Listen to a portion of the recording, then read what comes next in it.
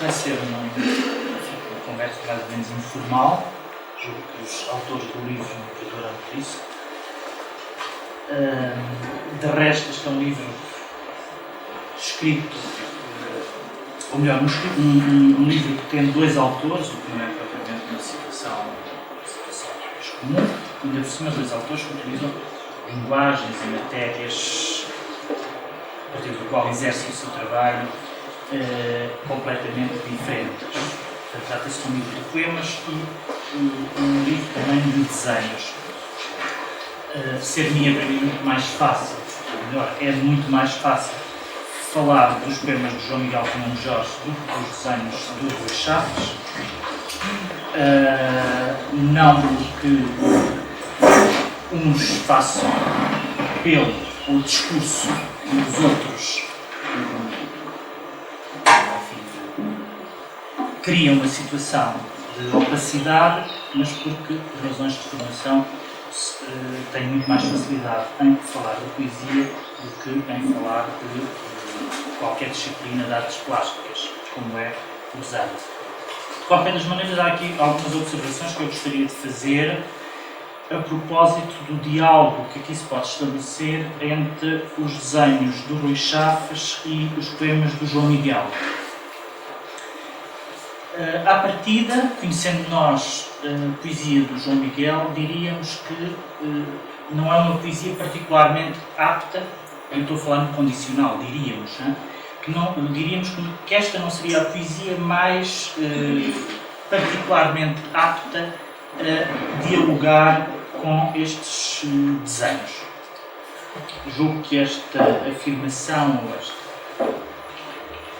a priori, deveria ser interrogado e se calhar o simples facto das duas coisas coexistirem e dos dois autores se terem cruzado neste livro obrigar-nos-ia a repensar isso. Mas porquê é que eu digo isso? Digo isso porque me parece que os poemas do João Miguel advêm, têm origem num lugar diferente, pertencem a uma genealogia diferente daquela a que pertença os desenhos do Rui. Também aqui estou a falar no condicional, porque de facto, quando leio estes poemas e numa segunda leitura, ou numa leitura que fiz agora de propósito para esta pequena conversa, fui levado a pensar que de facto há linhas de continuidade e há proximidades que não são meramente arbitrárias e não advêm, por isso simplesmente, desta necessidade mais ou menos circunstancial de eu ter que falar das duas coisas. Começando pelos desenhos do Rui, o que me parece interessante nestes desenhos, e haveria que confrontá-los com o seu próprio trabalho de escultura, o que parece importante nestes desenhos é o facto de eles se oferecerem como metamorfoses. Uma espécie de metamorfose, todos eles representam metamorfoses, onde se torna extremamente difícil a fixação de uma forma, digamos assim. Eles não são formas, são metamorfoses. Portanto, eu poria aqui a ideia de metamorfose à ideia de forma enquanto qualquer coisa que está fixa. Por outro lado, a questão da reversibilidade entre o interior e o exterior, entre o temporal e o eterno, entre o contingente e o essencial, parecem fundamentais nestes desenhos. E julgo que é precisamente aqui, nestes pares, o interior e o exterior, o temporal e o eterno, o contingente e o essencial, que eles remetem de uma maneira mais clara, ou pelo menos dialogam de uma maneira mais evidente com os poemas do João Miguel. Há, em suma, uma plasticidade destes desenhos que faz com que eles sejam uma questionação da própria ideia de forma e que remete para uma concepção da arte como dar forma. Uma concepção que poderemos entender como romântica, portanto, num sentido romântico, da arte como tradução ou revelação, ou desvelação, se quisermos. Ora, esta plasticidade típica destes desenhos, do seu caráter metamórfico, é uma das características mais evidentes e, se calhar, também mais importantes da poesia do João Miguel Fernando Jorge. Aliás, há um poema, que é o poema 15º, onde se faz referência explícita a essa questão da plasticidade. Diz-se o seguinte: a noite caiu, sentiu de um só golpe o frio, não sabia desse mundo, desconhecia-lhes o rosto, as máscaras, ignorava a forma como foram criados. Região de espíritos, fogo que preserva um cerrado sistema de desígnios, por vezes grosseiros, em outros momentos de intuída claridade. Lugar de trevas, as figuras não aparecem de modo visível. Sugeria a plasticidade da poesia e até onde suspeitava coincidia com a natureza de Deus. Não havia meio termo, não havia circunstância para o homem, nenhum drama tinha existência. A pele muito branca, os olhos, a cor das esmeraldas. Soube depois, era polaco e ficou toda a manhã a falar-me do filho, que vivia com a mãe em Varsóvia. Comprei-lhe uma costeleta de carneiro. Fora seu professor a maior melancolia, isto é, a rivalidade, a instrução acerca do caminho mais curto. Voltemos ao princípio. Não sei qual dos nomes hei de escolher para o fotógrafo que esteve na festa do professor Mitsakis. A tez de chumbo apercebia-se sob a camisa, um casaco verde do exato tom dos olhos, mas seu brilho que todas as luzes sob o olhar lhe davam. Croisos ou Aristodicos. Esta questão da plasticidade a que eu me referi, sugerido, aliás, por um dos versos deste poema que acabei de ler, diz-nos alguma coisa acerca da condição desta poesia e do modo como ela trabalha com extrema maleabilidade as matérias mais diferentes, sejam elas de caráter mais propriamente histórico ou de caráter mais contingente, digamos assim. Sejam essas matérias mais do domínio dos afetos e dos sentimentos, da relação pessoal com as coisas, ou do domínio daquilo que se apresenta ao olhar como a realidade. E esta condição plástica desta poesia deriva talvez do facto de se tratar, em larga medida e num alto grau, de uma poesia da observação. Julgo que é daí dessa acuidade do olhar, dessa capacidade de observação de situações concretas, de factos banais, de imagens cotidianas, que nascem a maior parte dos poemas deste livro em particular e da poesia de João Miguel em geral. No entanto, é necessário verificar que essa observação jamais se detém aí, nos limites do observado. Essa observação quase sempre se confirma numa espécie de capacidade de descolar do aqui e agora noutras direções. E nas direções mais dispares, mais variadas e por vezes até as mais imprevistas. E mais uma vez aqui somos confrontados com a capacidade plástica, digamos assim, para utilizar novamente a mesma palavra, desta poesia. Eu diria que é nesta descolagem, nesta capacidade de ela transcender os dados imediatos de onde parte, que ela revela uma grande capacidade para abrir aquilo que eu chamo de uma profundidade no tempo e no espaço. E é aí que reside uma das suas características essenciais. E é também aí que esta poesia coloca alguns problemas quando nos pomos a pensar se trata de uma poesia mais narrativa do que muitas outras, ou de uma poesia mais descritiva. Parece-me que essa narratividade ou essa descritividade não me parecem categorias fundamentais, então pouco necessárias quase, para nos aproximarmos destes poemas. Pelo contrário, provavelmente, essas duas questões, a da narratividade e a da descritividade, se me é permitida, só vem baralhar um pouco as coisas. De qualquer das maneiras, gostaria de ler este poema, precisamente para ilustrar um pouco aquilo que acabei de dizer e para reforçar esta ideia da abertura em direção a uma universalidade de que estes poemas são capazes e a atenção aos pequenos detalhes. É o poema número 3 que eu vou ler. Leite Vinagre. Todas aquelas fotografias que estavam no bar de Galixidi, o casco do barco e os espelhos nas paredes, cor de salmão e negro, e os ferros que sustentavam os mármores, todas essas imagens entreteciam-se nas mãos dos jogadores de tabulim e de cartas. Eram todos muito novos, como convém, para que as suas figuras se espelhem nas águas carregadas de saúde. Também em Galaxidi, os que são novos não sabem o que fazer para queimar o tempo, mas com folhas de loureiro de São Lucas enroladas pelos monges em pequenos montículos.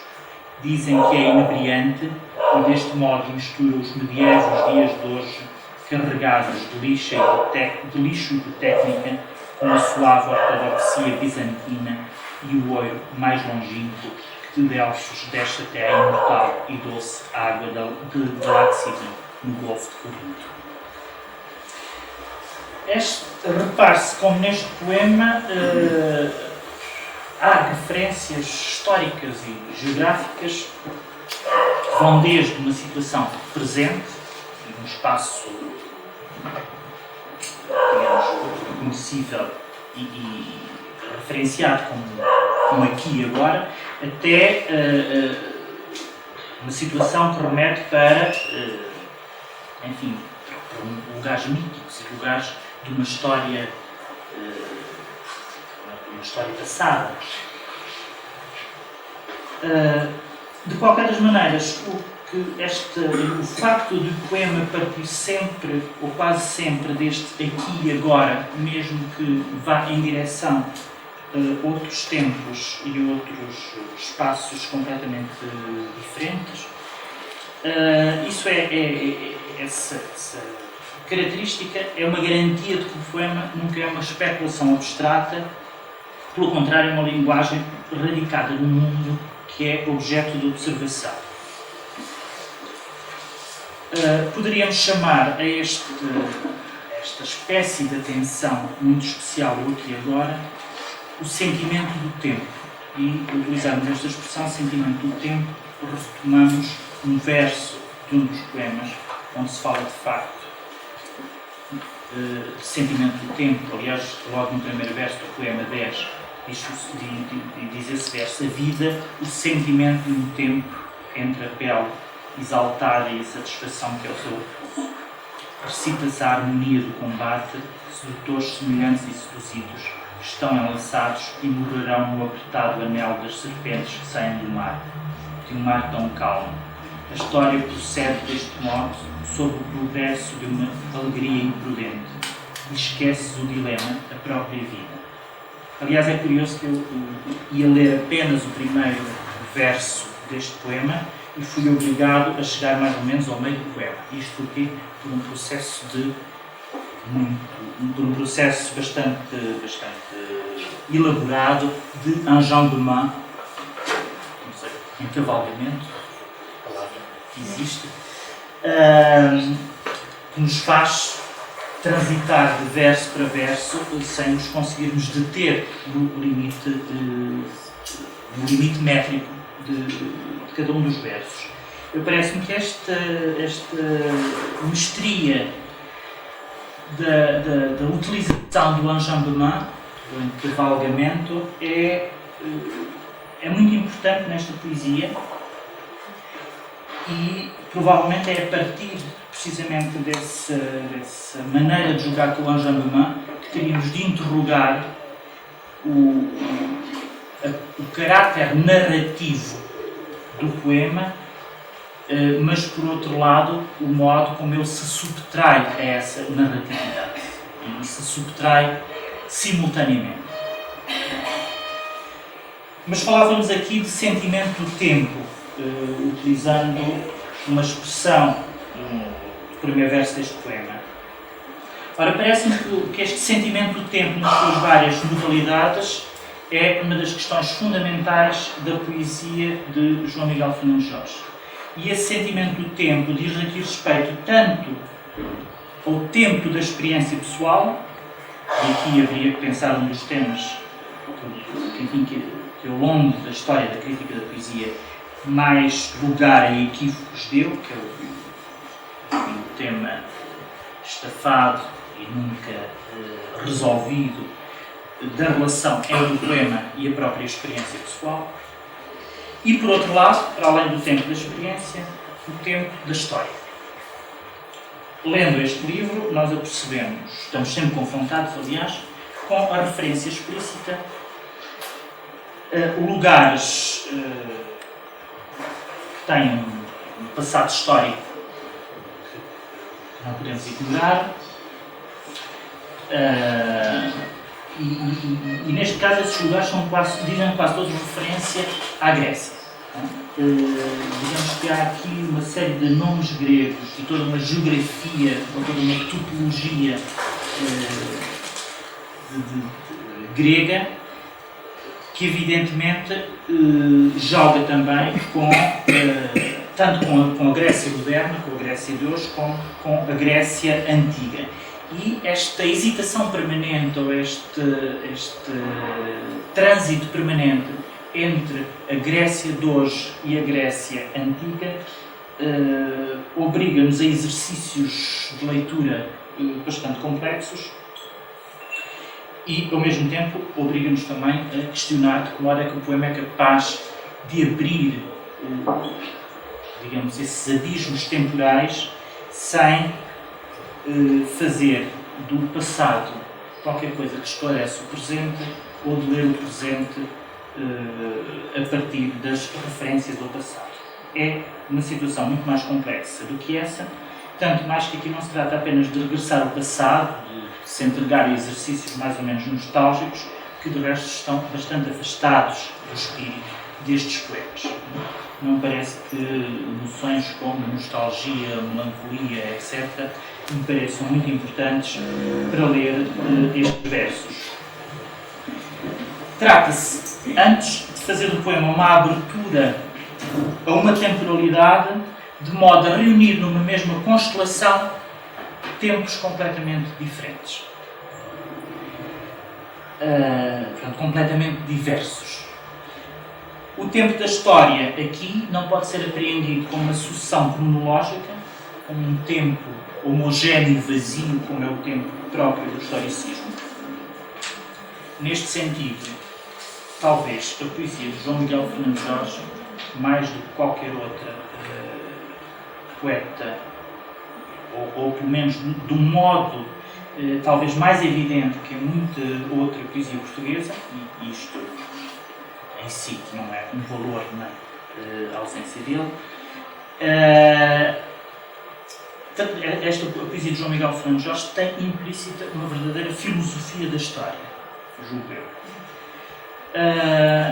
E essa filosofia da história, evidentemente, escapa tanto às armadilhas da dialética como às armadilhas do historicismo e do tempo vazio da história. Esta filosofia da história própria da poesia de João Miguel Fernandes Jorge servir-me ainda como um tópico importante para pensar que há uma concepção do poeta como um sismógrafo do seu tempo, que é uma concepção do poeta que vem de um poeta austríaco, importante e dramaturgo do princípio do século, o von Hofmannsthal, que se aplica aqui com uma pertinência bastante grande. Esta ideia do poeta como um sismógrafo do seu tempo faz da poesia uma espécie de registro dos abalos do mundo, um registro daquilo que perturba a superfície da Terra.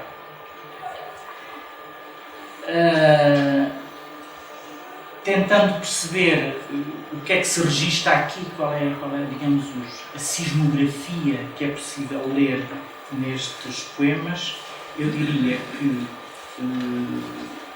eles dão a ver, por exemplo, todo um conjunto de despojos e de ruínas que são próprias de quem deambula e atravessa o mundo com bastante acuidade àquilo que observa. É ainda essa condição do poeta como sismógrafo, é ainda aquela que se verifica no modo como aqui o poeta está irremediavelmente confrontado com aquilo que poderíamos chamar a prosa do mundo, sem jamais se elevar na condição de debate, isto é, não há aqui qualquer espécie de tentação qualquer espécie de tentação enfática, não há aqui qualquer espécie de elevação retórica que dê a esta poesia um privilégio que seria profundamente falso e artificial reivindicar. Esta poesia não se reivindica de qualquer espécie de elevação, escapa à ênfase que torna muita poesia completamente artificial e atravessa esta prosa do mundo sem qualquer espécie de ilusões, registando com bastante lucidez aquilo com que se vai deparando. E posto isto, gostaria de terminar aqui. Enfim, há aqui alguns tópicos, sobretudo aqueles que têm a ver com a relação entre os poemas e os desenhos, que provavelmente os dois autores estariam em condições, aqui mesmo nesta circunstância, de esclarecer algumas coisas acerca disso.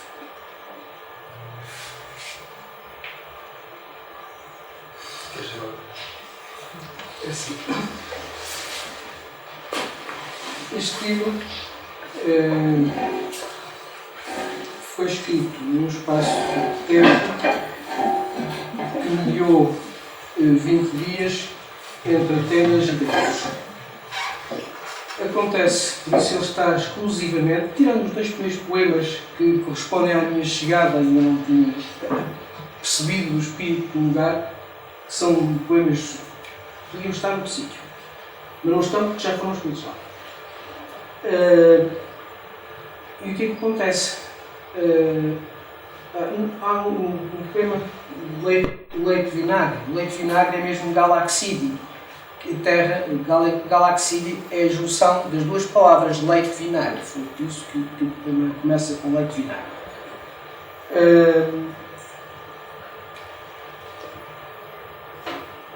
Eu escrevi os poemas, eu não sabia bem exatamente o que é que havia de fazer com eles, porque tinha um outro livro, o qual que tinha começado antes e acabou depois, que era na minha cabeça já uma unidade e isto não encaixava lá de nenhuma maneira. Eu vi um desenho do Rui que me pareceu fazer a ligação a estes poemas, que é um desenho que lá está em cima, que tem num canto superior, não sei se esquerdo, se direito, uma cabeça que eu chamo neoclássica de uma mulher com um cabelo de trança. E, curiosamente, eu vi exatamente uma mulher num café em Atenas, e é muito engraçado porque os gregos de hoje são gente ortodoxa, gente que não são... eles param, a Grécia para no meio deles com uma ficção, a Grécia Antiga. E os gregos são criaturas exclusivamente ortodoxas. E era uma mulher. As mulheres têm imensa força, os homens não têm força nenhuma na Grécia. por isso eu estava sempre a utilizar ou albaneses ou polacos, nunca não há limites. Era uma mulher com imensa idade, de certeza absoluta, mas entrou com um vestido roxo e com uma coroa de ouro na cabeça de louros. Um café vulgaríssimo, sentou-se, tomou um café, teve um bocado de tempo, depois apareceram uns homens, uns amigos da idade dela, e retirou-se tudo. E foi essa mulher que me fez. E quando cheguei, o Rui mostrou-me alguns desenhos para os quais eu olhei muito de lado, não por desprezo, mas porque acho que não devia olhar para eles. Eram demasiado íntimos. E de repente eu vi aquela cabeça no cantinho e disse: olha, toma lá, pode ser que faça sentido. E foi assim que o livro, pela minha parte, foi assim que o livro se juntou. Não tenho nada a dizer.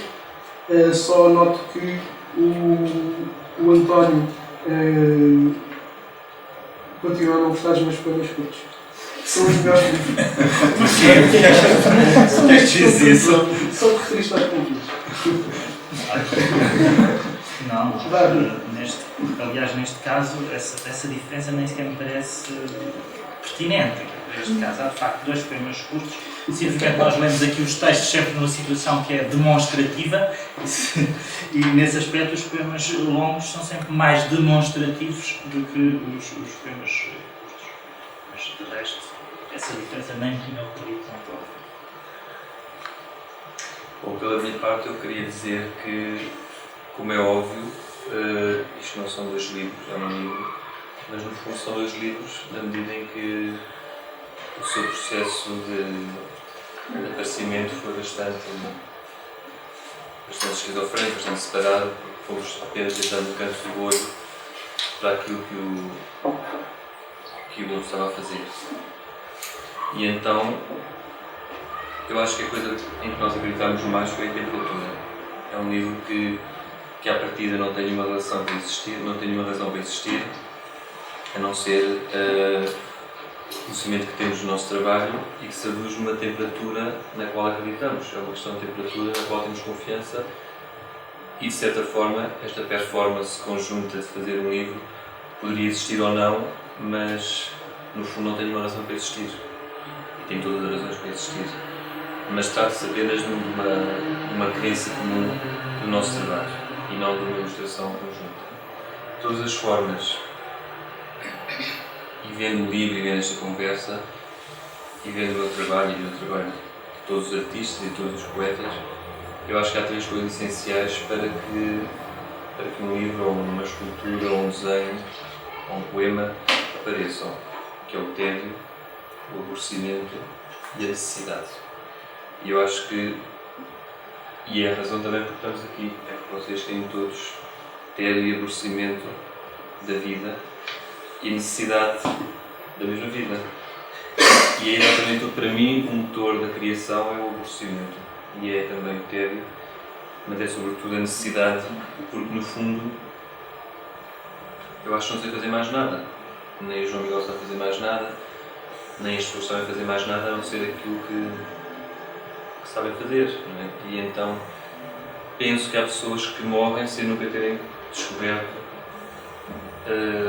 a maneira de contornar esse tédio, ou a maneira de viver com esse tédio, e há outras que, com sorte, ou com ajuda, ou pelo acaso, descobrem a maneira de transformar esse tédio e esse aborrecimento em coisas, ou objetos, ou palavras que eventualmente abram portas para outras pessoas que também têm tédio e aborrecimento. E acho que esse é a gênese deste livro, é o grande aborrecimento que sentimos.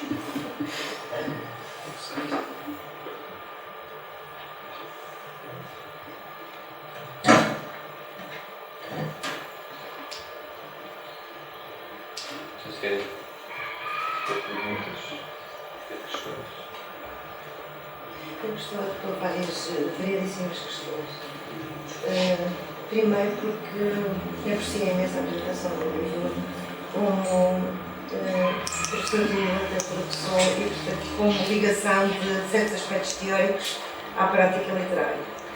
Por outro lado, como os passeios de dia a tomar banhos de mar e a apanhar sol esqueci-me, enquanto estava a ouvir, que era professora e fui aos poucos e poucos apreciando por um lado aquilo que estava um bocado longe de mim hoje e isso fez-me talvez chegar a outros aspectos, eu não li o livro ainda, a que provavelmente chegarei quando o ler.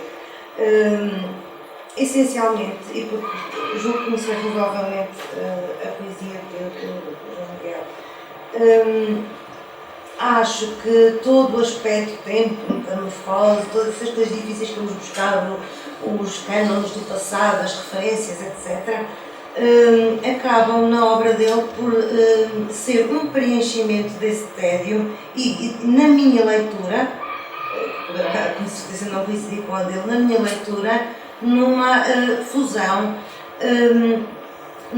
do corpo com a natureza. Ou seja, ao fundir-se o corpo com a natureza, esta é a minha leitura dos seus poemas, ao fundir-se o corpo e a natureza, automaticamente o sangue é latejar também como se chama, das plantas, da seiva, não só, é outra palavra que estava a procurar. Exato. E por outro lado, essa fusão do corpo com a natureza leva automaticamente a que o tempo seja um tempo que vem de todos os lados, porque nós não estamos com os outros à volta, estamos a preencher o nosso tédio, o nosso aborrecimento e aqui junto a pintura à literatura e à poesia mais concretamente. Daí que não seja importante o aspecto narrativo. Porque ir procurar narradores ou personagens, poesia narrativa sempre existiu, não é? Desde a antiguidade. Não me interessa. Interessa que o que é contado, seja narrativo ou não seja narrativo, seja essa grande amálgama do ser aborrecido, do ser vazio, do ser que encontra a sua completude na natureza feita corpo, feita ao seu corpo. Isto é uma leitura que eu tenho e surpreendeu-me folhear as ilustrações, porque justamente elas vêm também ao encontro dessa reunião da natureza com o corpo. Há sexo aqui, por exemplo, que é humano e que é de plantas. Vejo eu, pode não ter desenhado com esse sentido. Há metamorfoses que aqui surgem e que são justamente essa metamorfose do corpo com a natureza via tempo que renegamos. E por aí fora, estou a fazer uma leitura que me está a agradar muito, porque é uma leitura onde não tenho que justificar nada, onde não tenho alunos, penso que não tenho, aqui à volta para me criticarem, onde nem sequer li o livro, portanto limitei-me a folhear e a ouvir-nos e portanto está-me a dar gozo falar assim um bocado ao caso de linhas que li, de traços que vi. E já agora gostava de ler 4 versos que aqui me marcaram de repente. Poderá haver outros, não é? Foi assim ao folhear do livro, no poema 6º, que são os 2 primeiros e os 2 últimos, os 3 primeiros e 2 últimos. E as mãos transportam o rio. A enegrecida água procurará o seu refúgio na maior luz do mar. E o homem prefere as trevas. Fora da raça frígia e voltaria muito mais tarde, os dedos estendidos, quando a maré traz a descoberto o antigo cais. Penso que estes versos são no fundo tudo aquilo que eu quis dizer antes. Estão aqui um pouco como ilustração de tudo o que eu vos quis dizer. Obrigada por terem tido paciência de ouvir. Se quiserem responder. Esta coisa de leituras é sempre muito. Custa-me sempre imenso falar, eu não sei o que é que ia dizer. Não diga nada. Se me quiser fazer uma pergunta muito concreta, que eu possa responder também com uma resposta muito concreta, com o que é concreto? Chegou a falar com essa mulher? Não, nunca falo com as pessoas. Nem comprei costeleta de carneiro.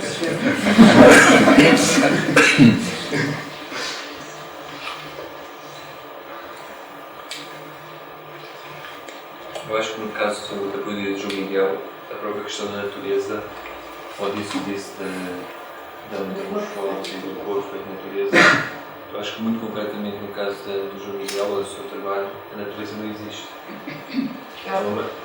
Não, nem isso. Eu acho que é, a menos que seja uma grande armadilha para os seus doutores, mais uma, a natureza do João Miguel é uma natureza histórica. Ou seja, é a natureza de alguém que olha para um campo de Lourdes ou para uma charneca e está a ver uma pintura. Por isso, natureza mente, por isso, natureza interiorizada no corpo. Pois, isso só o Miguel é que pode Não ser. sei. É verdade o que ele disse, mas também há aí um lado que ele se esqueceu completamente, é que eu sou um jardineiro mesmo de mãos. Pois, mas assim estás Isto na terra, com as plantas. tão próximo que não vês. Só tem bestiários. Pois, mas estás tão próximo da terra que não estás a ver Sim. a natureza propriamente. É verdade. É uma coisa muito mais processual do que propriamente contemplativa. Eu acho que a questão da natureza na poesia de João Miguel é uma questão interessante, mas é absolutamente social. Sempre vi o trabalho de João Miguel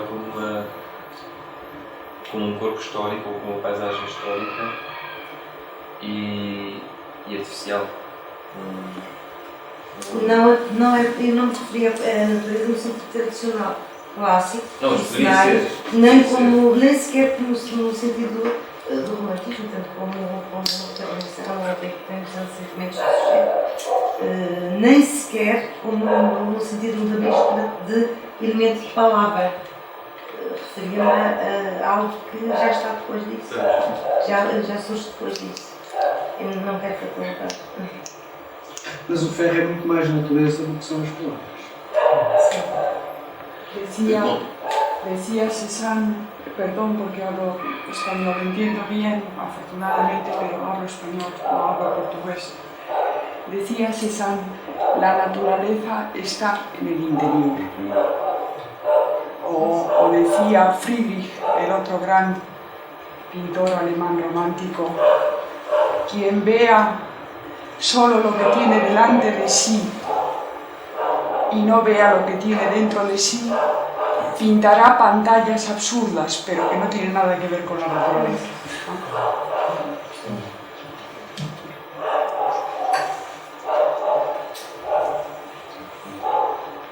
E contudo, a discussão que iniciou o pensamento do António, que é uma discussão que é pertinentíssima para este tipo de livros, e uma vez que estamos para este é a aparente impertinência. O que tem a ver esta dimensão do livro ligada à figuração com que tem a representação visual com a que funciona no outro lado da figuração ou da representação escrita. E curiosamente podem à partida, e os autores referiram que não há nada, há um lado, há não sei o quê, mas alguma coisa o juntou e alguma coisa criou este livro.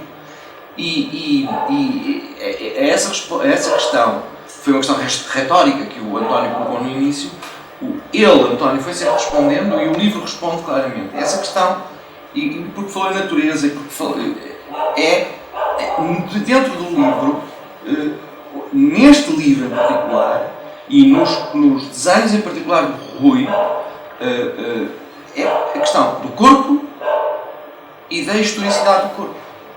Se olharmos para os seus desenhos, estamos no puro domínio da genitalidade. Estamos no puro domínio da atração, da presença física e da efusão que dimana dessa presença. E estamos, simultaneamente, perante o corpo histórico da mulher na representação figurada da mulher que tens diante de ti, que vês na pintura e que vês no desenho. E tens o o envio à idealidade da mulher, à mulher benignamente de humildade astuta de Dante. Tens essa dimensão. E essa dimensão existe depois também nos poemas, tal como os teus desenhos, em que o corpo, neste caso masculino, encontra o corpo masculino, se intermistura, como é nos casos dos versos dele, e esse corpo é visto também em diacronia de corpos passados, de corpos do passado, de imaginação desses corpos. Portanto, o vosso livro cria, de facto, tem na diversidade das vossas obras uma unidade. A natureza, a fisicidade, a genitalidade fala nele. Acho interessante que digas isso, sobretudo porque me pergunto, e sobretudo pergunto que estás a dizer isso, se a imagem que temos dos outros corpos que interessam, outros corpos que amamos, não será precisamente uma imagem histórica. Ou seja, se não ficamos para sempre com a memória histórica da primeira vez que vimos o corpo que amamos. Ou seja, essa visão que nos permite, que é uma visão de tendência apolínea, que é a visão que nos permite atravessar a vida ao lado de um corpo que amamos, se não será uma vivência histórica já em si, a partir do primeiro momento em que idealizamos ou desejamos estar perto desse corpo. Por outro lado, eu nunca compreendi a genitalidade dos meus desenhos, mas compreendo e faço uma elipse em relação a esta exposição, compreendo usando as palavras bolor e pólen, que é o título desta exposição e destas peças, que eu vejo todos aqueles desenhos na sua monocromia e na sua anticarnalidade plástica, vejo-os de uma forma como um bolor que avança pela folha, ou como um pólen, não é? Sem nenhuma metáfora, sem nenhuma simbologia, mesmo vejo-os de uma forma bolorenta, como se fosse não digo uma sexualidade, mas uma genitalidade bolorenta que invade a folha, e por isso eles têm há muitos anos sempre o mesmo tamanho, a mesma forma, a mesma cor, ou a mesma ausência de cor. Mas concordo quando dizes que esse corpo histórico é um ponto de contacto entre os dois trabalhos, e sobretudo pergunto realmente isso, se não será sempre um corpo histórico. Não é? O corpo que nos acompanha é sempre um corpo histórico.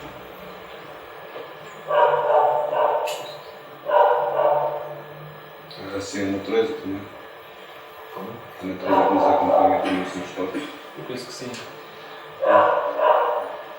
Eu muitas vezes me pergunto qual será o interesse de ver pela primeira vez a natureza, ou se será possível. Será que não vemos a natureza sempre a partir de padrões? Não, em todas isso eu vejo a natureza como se usando desde do interior para fora. Ou do interior ou da memória cultural? E não consigo perceber fenómenos sem primeiro perceber dentro de mim. Depois é isso Dentro de mim, vou lá para cor, senão não consigo achá-los. acho que é o que a Aurora estava a dizer. El interior creo que significa el universo de las sensaciones personales, y esas sensaciones personales son muy varias, comprenden también, no sé si yo hablaría de genitalidad, pero erotismo sí, experiencias sensuales, la sensualidad también, es decir, que lo que ves fuera entra, se puede ser ciego y ver la naturaleza perfectamente, es sentirla y experimentarla a través de los sentidos y quizá también, yo creo que en el trabajo del intelectual sí, de una reflexión que procede del intelecto, las dos cosas, ¿no? No sé si... Estou de acordo consigo. Acho que aquela definição que diz que o filósofo é aquele que tem consciência do que pensa, não se aplica só ao filósofo, acho que se se pode alargar a qualquer expressão artística, estética e até à nossa vida diária, mesmo que nós sejamos artistas, temos uma sensibilidade estética. Como ser humano, consciência de que penso. Eu tenho consciência de que penso. Não é por outros desvios, é apenas isso. E acho que é a partir desse tenho consciência de que penso. Eu gostei muito daquela solidão preenchida, porque é realmente o que nós acabamos de uma maneira ou de outra, através de poesia ou através de fotografia do jornal, as atividades humanas acabam por ser um pouco isso, aquelas que nos gratificam. O ter consciência de que se pensa e de que se deve viver algo mais do que pensar. Não sei se me estou a explicar muito bem. É que talvez por isso que a historicidade que foi tantas vezes referida, talvez tenha mais a ver com memória e com a memória individual, não é? Por isso que o termo historicidade talvez tenha uma conotação tanto artificial, quando vem a memória nas suas múltiplas facetas, é capaz de trazer melhor este sentir, essa consciência de si em todos os momentos, permite a existência. Em primeiro lugar, eu de facto acho que, e não é por acaso que estamos aqui a falar de história há tanto tempo, digamos, as categorias históricas são provavelmente mais úteis, mais eficazes para ler estes textos, para ler estes poemas do que quaisquer outras. E é nesse sentido que eu comecei por fazer essa pergunta retórica, o que é que estes poemas têm a ver com estes desenhos? Porque para mim não era claro, provavelmente agora depois desta conversa já houve aqui alguns apontamentos que me levariam a refletir e a modalizar as coisas de outra maneira. Para mim não era claro que os desenhos do Rui fizessem apelo ou mesmo a um qualquer tipo de historicidade como os poemas do João Miguel. Bom, mas de qualquer das maneiras, portanto, o que me parece evidente é que todas as questões que têm a ver com a história e as várias modalidades temporais que nós podemos partir para entender qualquer questão que tenha a ver com a história, são importantes para ler estes poemas. Por isso eu falei mesmo aqui da possibilidade de deduzir desta poesia uma verdadeira filosofia da história. Quando eu digo isto, não quero estar a atribuir a estes poemas uma vontade especulativa que eles não têm. Ou melhor, eles têm-na. Simplesmente ela é discreta, ela é... os poemas não submergem aqui nestas abstrações filosóficas como a ideia de filosofia da história pode indicar. De facto, se há poesia mais subtil e mais discreta em relação a qualquer espécie de especulação abstrata, é esta, precisamente.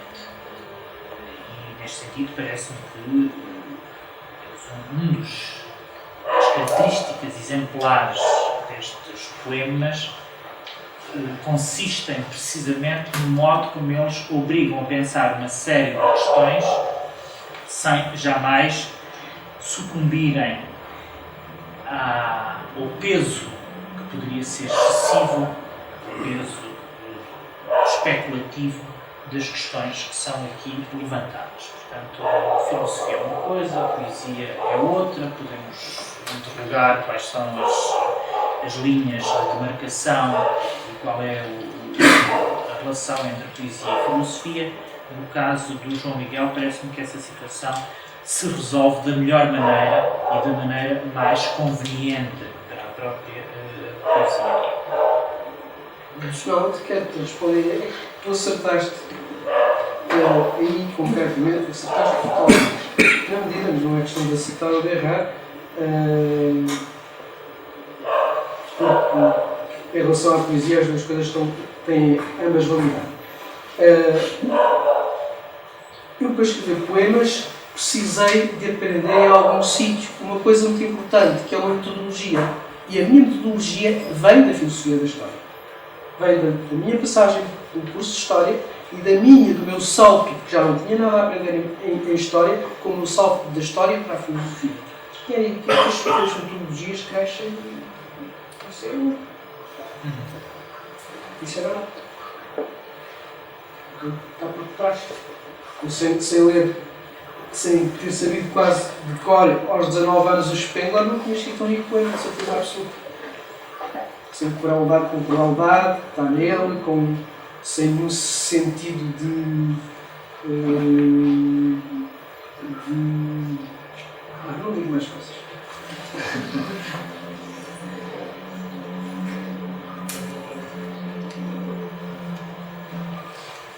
Depois do Spengler passei aos românticos e talvez para isso pudesse fazer uma passagem ali aos tão amadas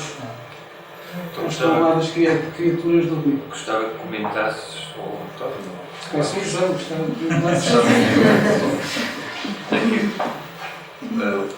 aqui um fragmento do Novalis que diz que todo o verdadeiro conhecimento nos tem de ser transmitido.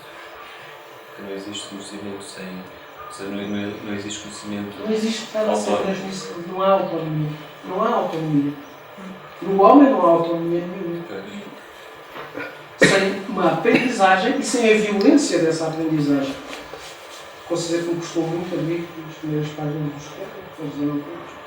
E gostou de conseguir fechadas? Não, já tinha outras coisas para fazer.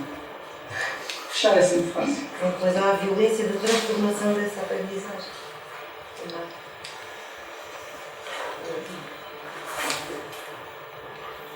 Sem violência não há. Em relação ao homem. Não, estou. Senão era só sol. Só que tu não te sentes limitado quando te dizem continuamente que encaixam no romantismo?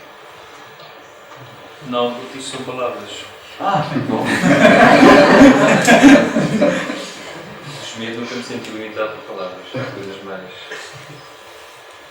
Bom, mas além de palavras, nós sabemos quando se fala em romantismo não é uma palavra. É? Não é.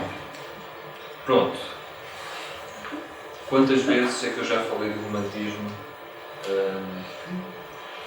a sério, no sentido de me querer envolver realmente? É impossível ser-se romântico, porque a história já não é o que era, nem a arte voltará a ser o que foi, nem a história voltará a ser o que isso é uma banalidade, mas é. E quando as pessoas classificam, ou quando as pessoas estão a justificar e estão sobretudo a facilitar o trabalho. E um dos grandes problemas da atividade crítica ou jornalística é precisamente no seu papel intermediário entre o indizível que sai do ateliê do artista ou da caneta, do poeta ou o que for, ou do cineasta, ao ser intermediário entre isso e o público, arranjar categorias para facilitar precisamente essa aproximação. Embora a criação seja relativamente, na minha opinião, seja relativamente inócuo ou indiferente, porque não muda nada. Evidentemente, o que acontece, ou que vai acontecer, provavelmente, cada vez as pessoas falarem mais no trabalho ligando ao romantismo, a uma tradição romântica. Mas isso é uma simplificação que eu não vou proibir, mas acho que é tudo muito mais complexo. É sempre tudo muito mais complexo do que as palavras, ou sempre tudo muito mais complexo do que as simplificações, sobretudo. Penso que isso é mais um agarrar-se a uma referência catalogada para definir o que não pode ser catalogado no momento, mas sim no futuro. Daí os neorromantismos, os neobarrocos e por aí fora. Quer dizer, há da parte dos críticos, acho, uma necessidade de justificar, de explicar, de explicação, digamos. Se por acaso tivermos a sorte de haver futuro, se por acaso haver futuro, teremos provavelmente o privilégio de um dia podermos olhar para trás e ver as coisas que na altura não foram vistas ou ditas. O futuro é de certeza bom, é presente. Pois. Por isso é que estamos a tentar criar algo.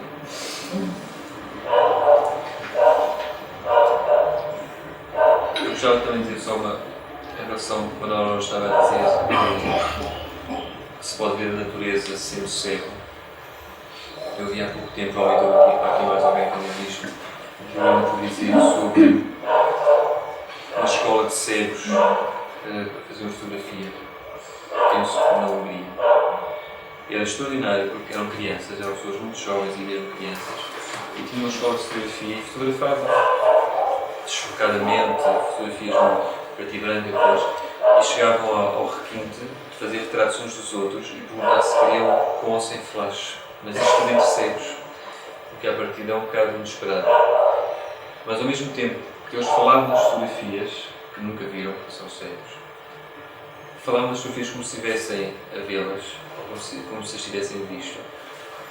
O que me levou realmente a acreditar cada vez mais que nem as esculturas são importantes, nem os poemas, nem as pinturas, nem os desenhos, nada disso é importante.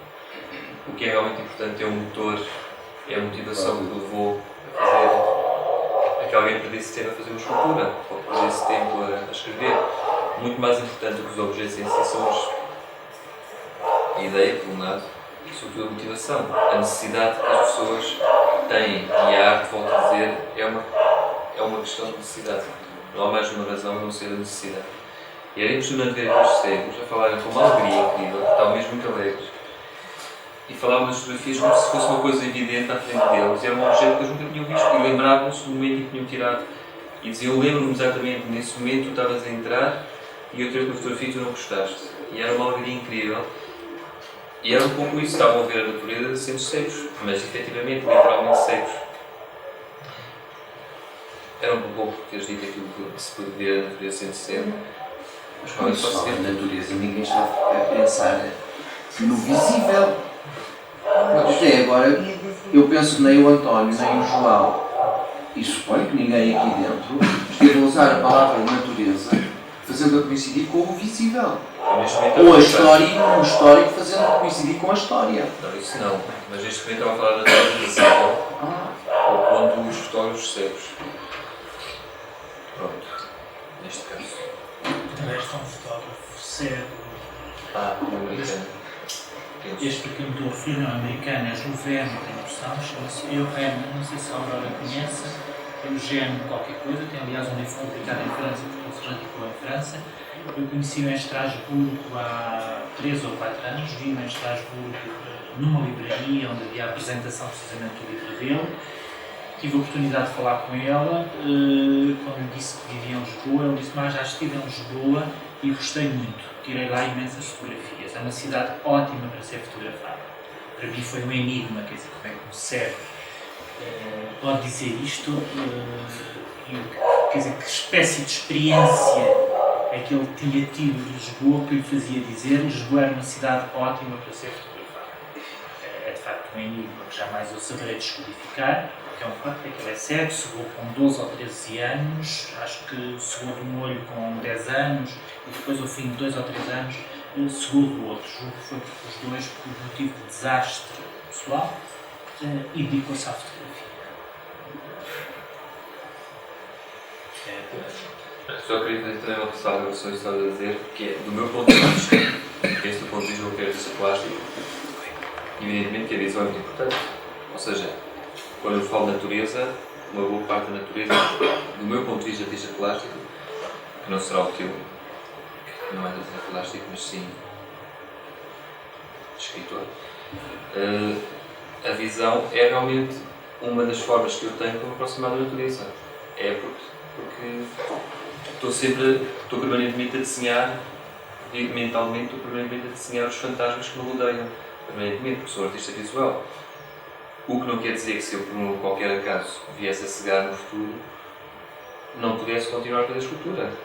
Eventualmente, não sei, é uma questão que às vezes me poderia preocupar. Mas é realmente, para mim, é uma aproximação, é uma parte importante da aproximação à visão, como é evidente. Não, é isso que eu disse. A natureza não é. Quando só usar o conceito de natureza, não é o que monta uma pedra. Pois não, mas também é. Para mim também é, mas é a visão disso e não a visibilidade disso. Pois. É evidente que causa perturbação e que é inquietante ver. inquietante ver, é irónico nesta situação, uma expressão que nos deveria estar ser escolhida para descrever isto. Mas aquilo que é perturbante no cérebro que faz fotografia é evidente que aquilo que causa perturbação e aquilo que é inquietante ver.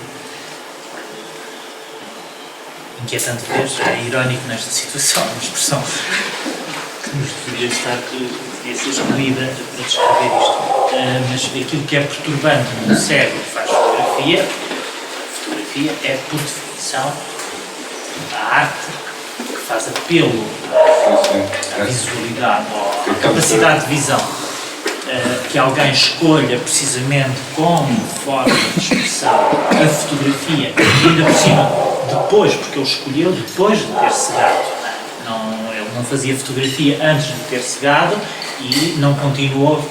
Poderia então ter cegado e continuava a fazer fotografia. Não, ele escolheu fazer fotografia já depois de ter cegado. Isso de facto é inquietante para nós, e era um pouco isso que eu nos estava a referir. De qualquer das maneiras, é evidente que todo este tema surgiu aqui porque falámos da visualidade, ou da capacidade de observação e desta espécie de acuidade do olhar que é muito própria da poesia do João Miguel e que de resto faz com que ela tenha esse enorme poder de partir pequenos detalhes, aquela ideia do Adi Farcourt, de que o essencial existe no detalhe, Deus existe nos pormenores, poderia ser convocada para aqui com toda a pertinência.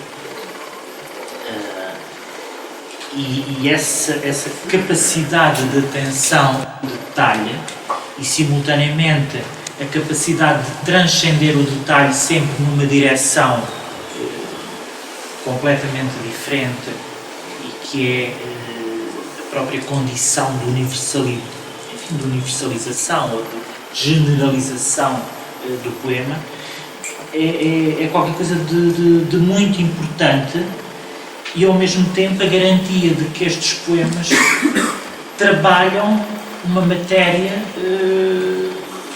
que se calhar é a matéria mais difícil de trabalhar, é aquilo que não é imediatamente redutível à poesia, porque me parece que há muita poesia que parte imediatamente de uma espécie de matéria poética ou supostamente poética, uma espécie de desejo de poesia que transborda por todos os lados e que se torna contaminante e mesmo cancerígena.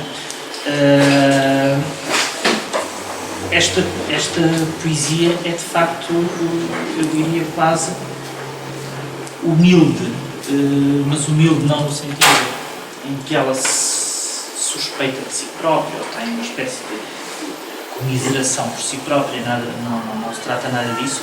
Trata-se do facto dela se exercer a partir de quase de uma certa desconfiança em relação aos lugares fixos da poesia, em relação aos estereótipos próprios da poesia, e por isso, por exemplo,